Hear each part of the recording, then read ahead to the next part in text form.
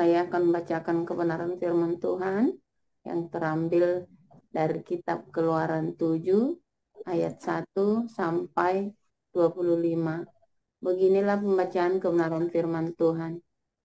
Berfirmanlah Tuhan kepada Musa, "Lihat, aku mengangkat engkau sebagai Allah bagi Firaun, dan Harun, abangmu, akan menjadi nabimu. Engkau harus mengatakan segala yang kuperintahkan kepadamu, dan Harun, abangmu, harus berbicara kepada Firaun, supaya dibiarkannya orang Israel itu pergi dari negerinya. Tetapi aku akan mengeraskan hati Firaun, dan aku akan memperbanyak tanda-tanda dan mujizat-mujizat yang kubuat di tanah Mesir. Bila mana Firaun tidak mendengarkan kamu, maka aku akan mendatangkan tanganku kepada Mesir dan mengeluarkan pasukanku, umatku, orang Israel, dari tanah Mesir dengan hukuman-hukuman yang berat. Dan orang Mesir itu akan mengetahui bahwa akulah Tuhan, apabila aku mengacungkan tanganku terhadap Mesir dan membawa orang Israel keluar dari tengah-tengah mereka. Demikianlah diperbuat Musa dan Harun, seperti yang diperintahkan Tuhan kepada mereka, demikianlah diperbuat mereka. Adapun Musa 80 tahun umurnya dan Harun 83 tahun ketika mereka berbicara kepada Firaun. Dan Tuhan berfirman kepada Musa dan Harun, apabila Firaun berkata kepada kamu, tunjukkanlah suatu mujizat, maka haruslah kau katakan kepada Harun, ambillah tongkatmu dan lemparkanlah itu di depan Firaun. Maka tongkat itu akan menjadi ular. Musa dan Harun pergi menghadap Firaun. Lalu mereka berbuat seperti yang diperintahkan Tuhan. Harun melemparkan tongkatnya di depan Firaun dan para pegawainya. Maka tongkat itu menjadi ular. Kemudian Firaun pun memanggil orang-orang berilmu dan ahli-ahli sihir. Dan mereka pun, ahli-ahli Mesir itu, membuat yang demikian juga dengan ilmu mantra mereka. Masing-masing mereka melemparkan tongkatnya, dan tongkat-tongkat itu menjadi ular. Tetapi tongkat Harun menelan tongkat-tongkat mereka.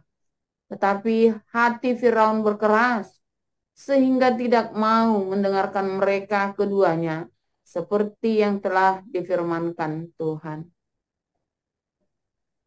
Berfirmanlah Tuhan kepada Musa, Firaun berkeras hati, ia menolak membiarkan bangsa itu pergi. Pergilah kepada Firaun pada waktu pagi, pada waktu biasanya ia keluar ke sungai. Nantikanlah dia di tepi sungai Nil dengan memegang di tanganmu tongkat yang tadinya berubah menjadi ular. Dan katakanlah kepadanya, Tuhan, Allah orang Ibrani, telah mengutus aku kepadamu untuk mengatakan, biarkanlah umatku pergi, supaya mereka beribadah kepadaku di padang gurun. Meskipun begitu sampai sekarang, engkau tidak mau mendengarkan. Sebab itu beginilah firman Tuhan. Dari hal yang berikut akan kau ketahui bahwa akulah Tuhan. Lihat, dengan tongkat yang di tanganku ini akan kupukul air yang di sungai Nil, dan air itu akan berubah menjadi darah, dan ikan yang dalam sungai Nil akan mati, sehingga sungai Nil akan berbau busuk. Maka orang Mesir akan segan meminum air dari sungai Nil ini. Tuhan berfirman kepada Musa, katakanlah kepada Harun, ambillah tongkatmu, ulurkanlah tanganmu ke atas segala air orang Mesir, ke atas sungai, selokan, kolam, dan ke atas segala kumpulan air yang ada pada mereka, supaya semuanya menjadi darah, dan akan ada darah di seluruh tanah Mesir, bahkan dalam wadah kayu dan wadah batu. Demikianlah Musa dan Harun berbuat seperti yang difirmankan Tuhan. Diangkatnya tongkat itu dan dipukulkannya kepada air yang di sungai Nil di depan mata Firaun dan pegawai-pegawainya, maka seluruh air yang di sungai Nil berubah menjadi darah. Matilah ikan di sungai Nil, sehingga sungai Nil itu berbau busuk, dan orang Mesir tidak dapat meminum air dari sungai Nil, dan di seluruh tanah Mesir ada darah. Tetapi para ahli Mesir membuat yang demikian juga dengan ilmu-ilmu mantra mereka, sehingga hati Firaun berkeras, dan ia tidak mau mendengarkan mereka, keduanya, seperti yang telah difirmankan Tuhan. Firaun berpaling, lalu masuk ke istananya dan tidak mau memperhatikan hal itu juga. Tetapi semua orang Mesir menggali-gali di sekitar sungai Nil, mencari air untuk diminum, sebab mereka tidak dapat meminum air sungai Nil. Demikianlah genap 7 hari berlalu setelah Tuhan menulahi sungai Nil. Demikian. Selanjutnya. Selanjutnya Ibu Marjuni. Ya, terima kasih Pak Utomo. Saya lanjutkan 1 Yohanes 2 ayat 1 sampai dengan 29. Demikian firman Tuhan. Anak-anakku, hal-hal ini kutuliskan kepada kamu, supaya kamu jangan berbuat dosa. Namun jika seorang berbuat dosa, kita mempunyai seorang pengantara pada Bapa, yaitu Yesus Kristus yang adil. Dan ia adalah pendamaian untuk segala dosa kita, dan bukan untuk dosa kita saja, tetapi juga untuk dosa seluruh dunia. Dan inilah tandanya bahwa kita mengenal Allah, yaitu jikalau kita menuruti perintah-perintahnya. Barang siapa berkata, aku mengenal dia, tetapi ia tidak menuruti perintahnya, ia adalah seorang pendusta dan di dalamnya tidak ada kebenaran. Tetapi barang siapa menuruti firman-Nya, di dalam orang itu sungguh sudah sempurna kasih Allah. Dengan itulah kita ketahui bahwa kita ada di dalam Dia. Barang siapa mengatakan bahwa ia ada di dalam Dia, ia wajib hidup sama seperti Kristus telah hidup. Saudara-saudara yang kekasih, bukan perintah baru yang kutuliskan kepada kamu, melainkan perintah lama yang telah ada padamu dari mulanya. Perintah lama itu ialah firman yang telah kamu dengar. Namun perintah baru juga yang kutuliskan kepada kamu telah ternyata benar di dalam Dia dan di dalam kamu. Sebab kegelapan sedang lenyap dan terang yang benar telah bercahaya. Barang siapa berkata bahwa ia berada di dalam terang, tetapi ia membenci saudaranya, ia berada di dalam kegelapan sampai sekarang. Barang siapa mengasihi saudaranya, ia tetap berada di dalam terang, dan di dalam dia tidak ada penyesatan. Tetapi barang siapa membenci saudaranya, ia berada di dalam kegelapan dan hidup di dalam kegelapan. Ia tidak tahu kemana ia pergi, karena kegelapan itu telah membutakan matanya. Aku menulis kepada kamu, hai anak-anak, sebab dosamu telah diampuni oleh karena namanya.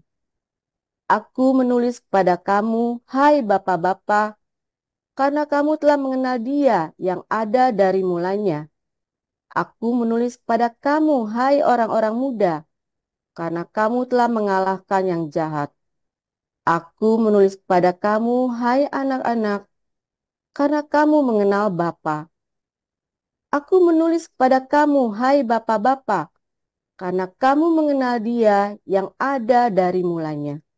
Aku menulis kepada kamu, hai orang-orang muda, karena kamu kuat dan firman Allah diam di dalam kamu, dan kamu telah mengalahkan yang jahat. Janganlah kamu mengasihi dunia dan apa yang ada di dalamnya. Jikalau orang mengasihi dunia, maka kasih akan Bapa tidak ada di dalam orang itu. Sebab semua yang ada di dalam dunia, yaitu keinginan daging dan keinginan mata, serta keangkuhan hidup, bukanlah berasal dari Bapa, melainkan dari dunia. Dan dunia ini sedang lenyap dengan keinginannya, tetapi orang yang melakukan kehendak Allah tetap hidup selama-lamanya. Anak-anakku, waktu ini adalah waktu yang terakhir. Dan seperti yang telah kamu dengar, seorang antikristus akan datang. sekarang telah bangkit banyak antikristus. Itulah tandanya bahwa waktu ini benar-benar adalah waktu yang terakhir. Memang mereka berasal dari antara kita, tetapi mereka tidak sungguh-sungguh termasuk pada kita. Sebab jika mereka sungguh-sungguh termasuk pada kita, niscaya mereka tetap bersama-sama dengan kita. Tetapi hal itu terjadi supaya menjadi nyata bahwa tidak semua mereka sungguh-sungguh termasuk pada kita. Tetapi kamu telah beroleh pengurapan dari Yang Kudus, dan dengan demikian kamu semua mengetahuinya.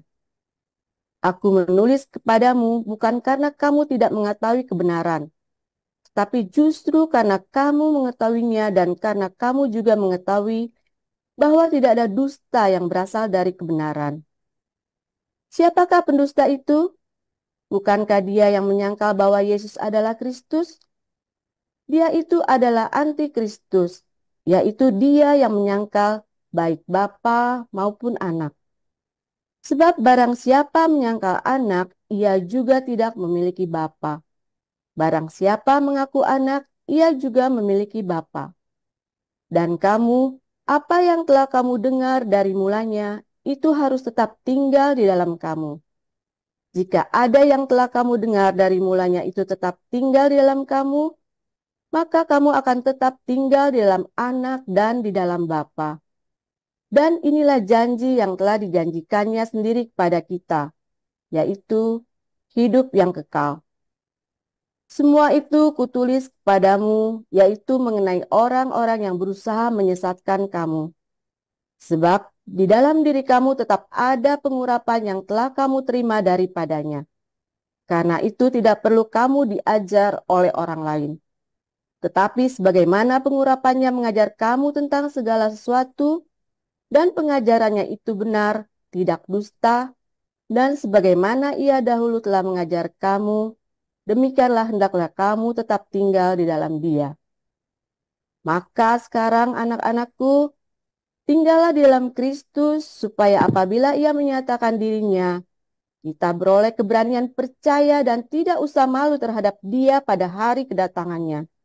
Jikalau kamu tahu bahwa ia adalah benar, kamu harus tahu juga bahwa setiap orang yang berbuat kebenaran lahir daripadanya. Demikian firman Tuhan. Terima kasih untuk para lektor, Ibu Sarma dan Ibu Marjuni. Selanjutnya kita akan mendengarkan renungan firman Tuhan dengan judul Firaun Islam dan Antikristus. Silakan, Pastor.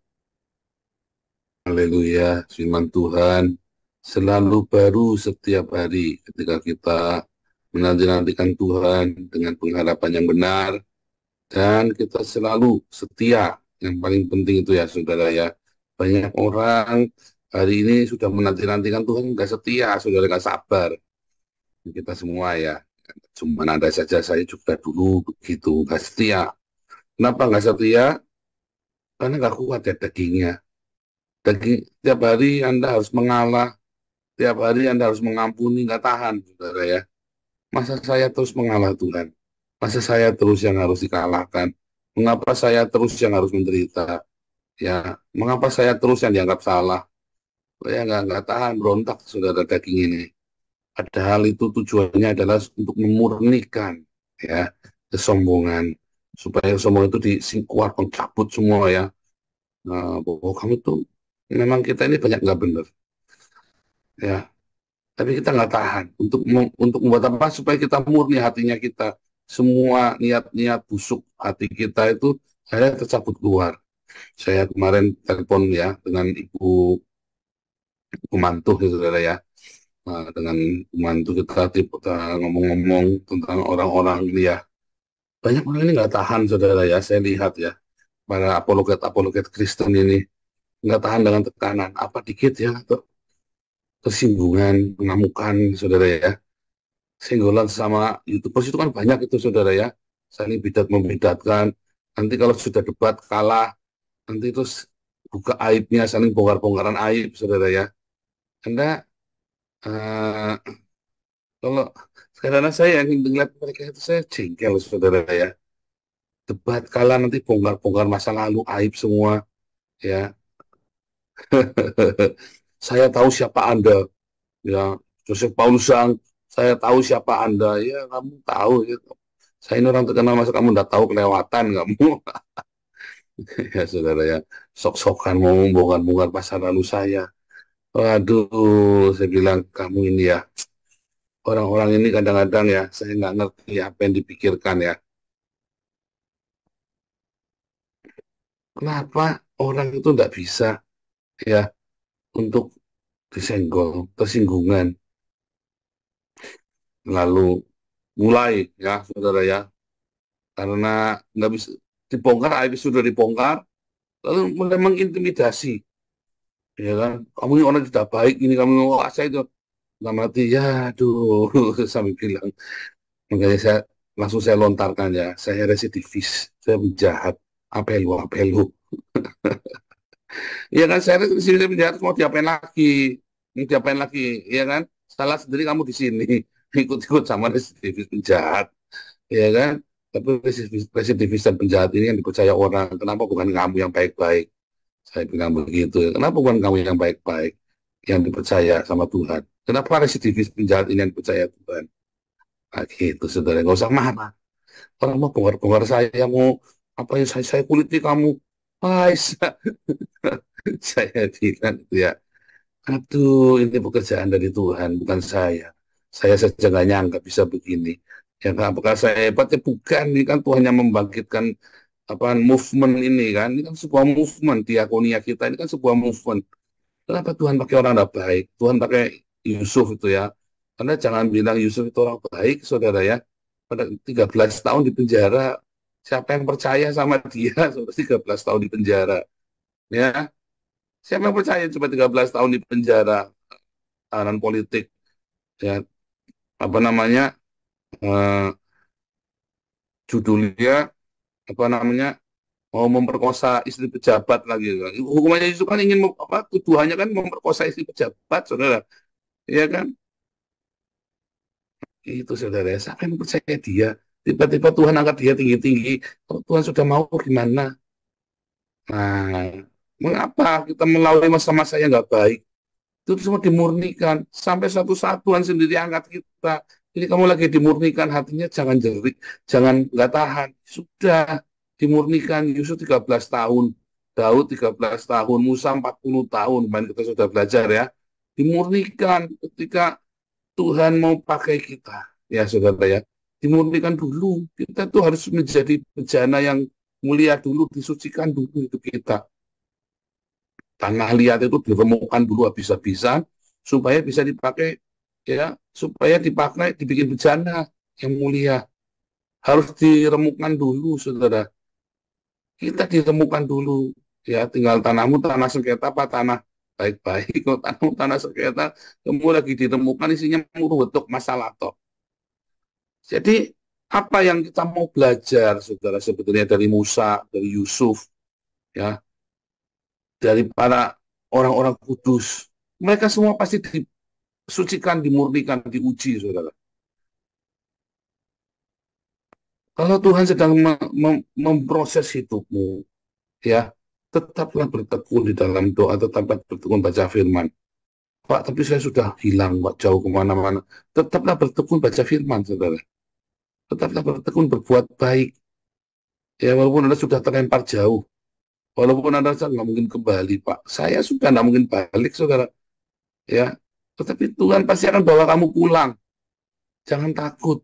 Tiap hari kamu tetap setia, saudara ya. Makanya ketika saya mengalami Tuhan itu ya, apa bisa dipulihkan Tuhan setelah sejauh ini Tuhan? Aduh, rasanya mustahil ya, saudara ya. Tapi kami bertekun, saudara, 2 tahun. 2 tahun ya, 2014, 2015.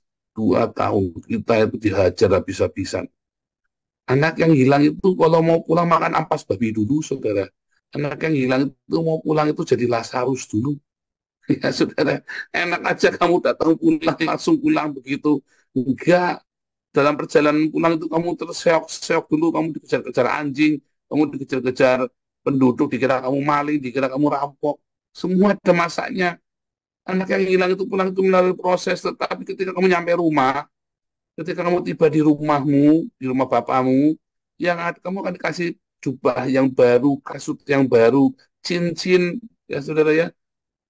Nggak apa-apa, bertahan, jangan nyerah, jangan menyerah, saudara. Nah, semua masih dimurnikan. Hari ini kita belajar tadi ya, Fir'aun, Islam, dan Antikristus. Persamaannya apa, saudara?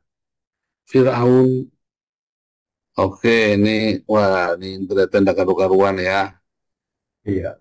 Internetnya nggak karu-karuan di sini. Tapi nggak apa-apa dah, ini kita sudah telepon ke ke Delta, mudah-mudahan bisa dalam minggu ini fibernya dipasang fiber optiknya. Oke, jadi kita balik tadi ya, kesamaan dari Firaun ya, Islam dengan Antikristus ya. Ini adalah spirit agamawi, ini adalah penguasa agama, saudara, yang akan menghalangimu, mengintimidasimu, memperbudakmu ya di dalam perintah-perintah agama. Jadi ketika kamu sedang mencari Tuhan, ya, kamu tidak akan menemukan Tuhan. Kamu akan ketemu dengan perintah-perintah agamawi, dengan dogma-dogma agamawi. Kamu pikir Tritunggal Yohanes yang ribut di TikTok itu, saudara ya? Wah, ngeri-ngeri itu, saudara ya. Itulah antikristus, saudara. Ya, Tuhan Yesus berkata, apa? Pelacur dan pemungut cukai akan masuk ke surga lebih dahulu atau diutamakan ya daripada para ahli agama ini, saudara, ahli Taurat dan orang Farisi. Ya, pelacur dan pemungut cukai masuk ke surga lebih dulu atau diutamakan, maksudnya ya, daripada para orang-orang yang suka ribut agama ini, saudara. Serius. Mengapa? Karena pelacur dan pemungut cukai ini ketika mendengarkan Yohanes berkata bertobat, mereka bertobat, saudara. Bertobatlah, dan mereka bertobat, mereka mendengarkan. Mereka merindukan sebuah cinta yang sejati. Kerajaan surga yang sejati, mereka merindukan dalam dosa-dosanya mereka. Tetapi banyak orang-orang beragama, mereka tidak merindukan kerajaan Allah, tetapi mereka, apa saudara, mereka puas ketika mereka melakukan ritual dari agamanya. Bukan kerajaan cinta yang mereka cari. Bukan sang cinta yang mereka cari. Nah, orang-orang ini, ya, orang-orang beragama ini, para Fir'aun, ya, Islam dan Antikristus, ya, mereka adalah orang-orang yang akan menghalang-halangimu datang kepada sang cinta, saudara. Dalam pergumulan, kita ini sebenarnya mau ngapain coba? Kita ini sebenarnya mau ngapain sih dalam kehidupan pergumulan hidupmu itu? Sebenarnya kan kita mencari cinta kan? Makanya damar kasih tadi saya bilang sama Marcel ya. Tagline-nya ya, love never fail. Cinta itu tidak pernah gagal. Ya. Tetapi kamu akan dihalang-halangi oleh agama untuk menemukan cinta itu, saudara. Kamu dipaksa oleh agama untuk menemukan untuk memeluk, untuk memegang dogma atau ritual agama yang benar. Apapun ritualmu, apapun dogmamu, nyampe nggak kamu kepada sang cinta ini, saudara? Ya, di dalam Talmud Sabat, ya, Hillel juga berkata ya, inti dari Torah, ini Yudaisme ya, apa Yudaisme, inti dari Torah, ini Yudaisme yang bilang ya, inti dari Torah adalah mengasihi sama manusia, saudara. Sisanya itu hanya aksesoris, tapi intinya itu mengasihi. Itu sama persis dengan Tuhan Yesus bilang, ya, kasihlah sesamamu. Itulah hukum Torah itu, inti dari hukum Torah itu, kasihlah Tuhan dan kasihlah sesama. Ya, berkali-kali dikatakan demikian dalam Matius 7 ayat 12, ya, Matius 22 ayat 31 32, di dalam Paulus juga berkata, dalam Roma 13 ayat 9, di dalam Galatia 5, inti dari Torah adalah mengasihi sesamamu manusia. Bagaimana mengasihi Tuhan yang tidak kelihatan? Dengan mengasihi musuhmu. Yudaisme juga berkata inti dari Torah adalah dengan mengasihi. Itulah inti dari yang kita kejar, saudara. Kalau sampai proses aksesorisnya ini lebih kamu pentingkan daripada intinya ini, berarti kamu adalah anti dari Kristus. Sebab Kristus itu yang membawa kita kepada Sang Cinta. Kristus itu yang diurapi itu adalah Sang Cinta, saudara. Kalau kamu tidak memiliki cinta, kamu tidak bisa mengasihi, kamu bertengkar gara-gara itu, kamu sedang sedang menjadi antikristus. Antikristus itu kalau kamu tidak bisa mengasihi satu sama lain, kalau kamu tidak bisa berbagi, kalau kamu nggak bisa memaafkan, kalau kamu tidak bisa melepaskan ya pengampunan kepada orang lain, dendam terus, benci terus, kamu itu antikristus sudah tanpa kamu sadari. Tanpa kita sadari, tetapi kamu beragamanya minta ampun. Makanya kemarin kita belajar ya, ayo tinggalkan agama, ya tinggalkan agama. Jangan terus kita dikit-dikit agama, dikit-dikit agama. Hidupnya normal, hidup yang penuh cinta, kejarlah cinta, jangan kejar ritualnya. Ya, ada banyak orang Kristen mengejar ritualnya, doa 4 jam sehari, ya doa 4 jam sehari, terus Anda kejar ya, saya harus baca Alkitab sedikitnya 5 pasal sehari, target ya. Jangan, saudara, hidupilah. Lalu saya mau ke gereja tiap hari, nggak penting. Itu kamu nanti jadi antikristus, saudara. Ingat, antikristus itu berasal dari kita sendiri loh. Antikristus itu orang kita sendiri.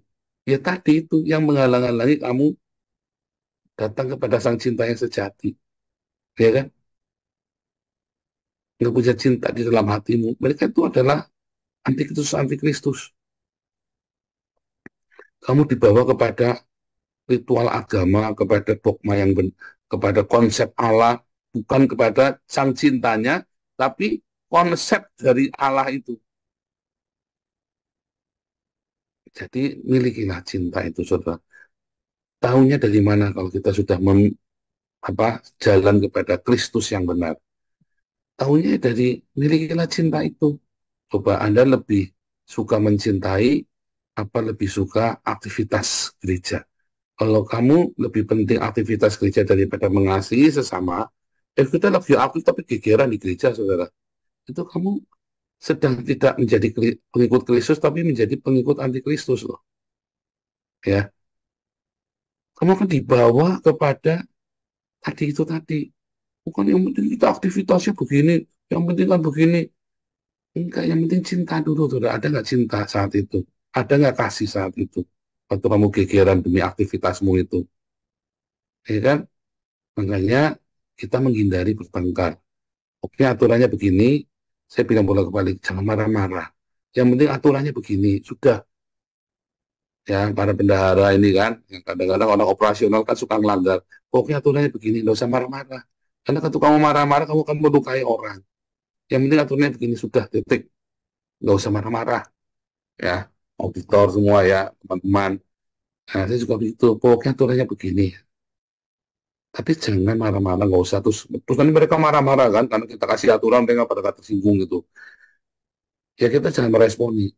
Karena kalau kita responi nanti yang ada bukannya kita nanti melayani Tuhan, jadi kita kerasukan setan.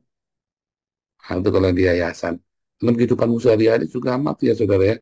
Kamu itu kalau lagi pelayanan di gereja, akhirnya marah-marah, sebentar, ada yang nggak beres nih. Kamu sedang melayani Tuhan, apa kamu sedang mau bertengkar? Makanya kemarin saya sama Mantu, kita lagi ngomong sama salah satu apologet itu ya. Ini orang ngamuk, saya nggak mau bertengkar dengan kamu. Saya cuma kasih tahu kamu, janganlah kamu serang pribadinya orang. Bukan cuma sama saya, sama orang ini. Ini saya lagi cerita general, tapi orang ini nggak nangkep, saudara. Wah, orang itu kan saya nggak salah, ini saya bilang ini, ya terserah kamu. Ya sudah, terserah kamu. Saya bilang terserah kamu. Ya, malah saya dimaki-makinya, saudara, sama dia, saudara ya. Ya, saya bilang, saya itu sedang kasih tahu kamu. Ya ini contohnya, ini saya diserang sama orang. saya juga nggak bales. Saudara, kalau kita lagi melayani Tuhan, terus kita diserang semua, terus kita bales-balesan, kita nggak sedang melayani Tuhan loh, saudara. Kamu sedang melayani setan loh. Setan suka sekali itu. Dan dia akan bawa kamu pancing dalam keributan itu. Ya, Tuhan, setan akan pancing kamu dalam keributan itu. Ya, supaya ibadah kamu tuh dikacaukan. Ya, ibadah kamu dikacaukan dengan apa, saudara? Dengan kemarahan. Ibadah kamu tuh dikacaukan dengan kebencian, dengan permusuhan. Makanya, saudara sudah mulai masuk begitu, saudara, tarik diri dulu, saudara. Jangan ikut terlibat dalam keributan itu. Ya, jangan ikutan. Sekali waktu kita mungkin bisa marah, saudara. Tapi jangan terus-menerus begitu kita tahu, kita langsung tarik diri. Supaya ibadahmu tuh jangan sia-sia. Ya, saudara ya. Suami, istri, anak beranak, keluarga, semua. Sebentar, tarik diri dulu. Supaya jangan sia-sia. Sebab kalau kamu masuk di dalam keributan dan kamu di situ ribut, ya, nanti kamu nggak diberkati tuh, saudara. Kamu nggak diberkati. Maka semua ibadahmu tuh jadi sia-sia. Semua pelayananmu tuh jadi sia-sia. Akhirnya tadi daging semua. Pelayanan kedagingan itu tadi, saudara ya. Penuh dengan hawa nafsu. Kelihatannya kamu membela, saya laskar Kristus. Enggak, kamu pikir kamu diterima ibadahmu. Pelayanan. Enggak, saudara. Makanya di komunitas kita saya bilang, jangan ribut. Begitu udah orang udah mulai fitnah-fitnah, stop, stop, stop, stop, stop, stop, stop. Ayo kita mau bikin ini, begitu udah ribut, stop, stop, stop, jangan dilakukan. Sebab kalau dilakukan ini tambah ribut, tambah gede. Makanya beberapa proyek kan saya cancel, saudara, stop, stop, stop, stop. Kalau sudah mulai ribut, pasti saya stop, saudara. Saudara, jangan, jangan, jangan, jangan, diterusin nanti ribut. Dan kalau sudah ribut, tetap maksa dijalanin, nggak akan jadi berkat. Jadi itulah, saudara. Dalam hidup kita, apa sih yang kamu kejar? Oh ya, saya mengejar target, Pak, goal, Pak. Iya, tapi jangan kejar goalmu itu dengan saling mencaci maki, dan akhirnya kamu berhasil, proyekmu, tapi dengan kebencian, dengan kemarahan. Jangan, saudara. Ya, dulu ingat kita ngelaporin orang namanya Julius HMC, ternyata produk dendam, ya. Proyek balas dendamnya si sang debitur itu ya. Saya bilang, stop, jangan ikutan. Tarik laporannya. Begitu saya ngerti ya, itu proyek dendam ya, proyek balas dendam. Stop, stop, stop, stop. Kita jangan ikutan. Bahkan nggak boleh, saudara. Kita masuk ke penjara orang karena kemarahan, nggak boleh loh, saudara. Jangan loh. Kita nanti ikut-ikutan berdosa, nanti itu uangnya jemaat, buat kita ngelaporin orang, pakai pengacara, ternyata proyek balas dendam. Stop, saya bilang. Jangan. Habis kamu nanti. Gitu ya, saudara ya. Apa yang kamu kejar, saudara? Ingat, ada Firaun, ada Islam, ada cinta. Ada anti Firaun, Islam, dan anti Kristus. Itu semua adalah spirit agamawi. Dari zaman bahula sampai dengan zaman hari ini. Yang menolak cinta. Ya, yang lebih mengutamakan, pokoknya saya mau beribadah. Kamu langgar saya, kamu halangi saya tabrak kamu. Nah, itu ya, saudara ya. Yang menghalangi orang untuk punya ibadah yang sejati dalam Tuhan. Ya, Tuhan Yesus memberkati.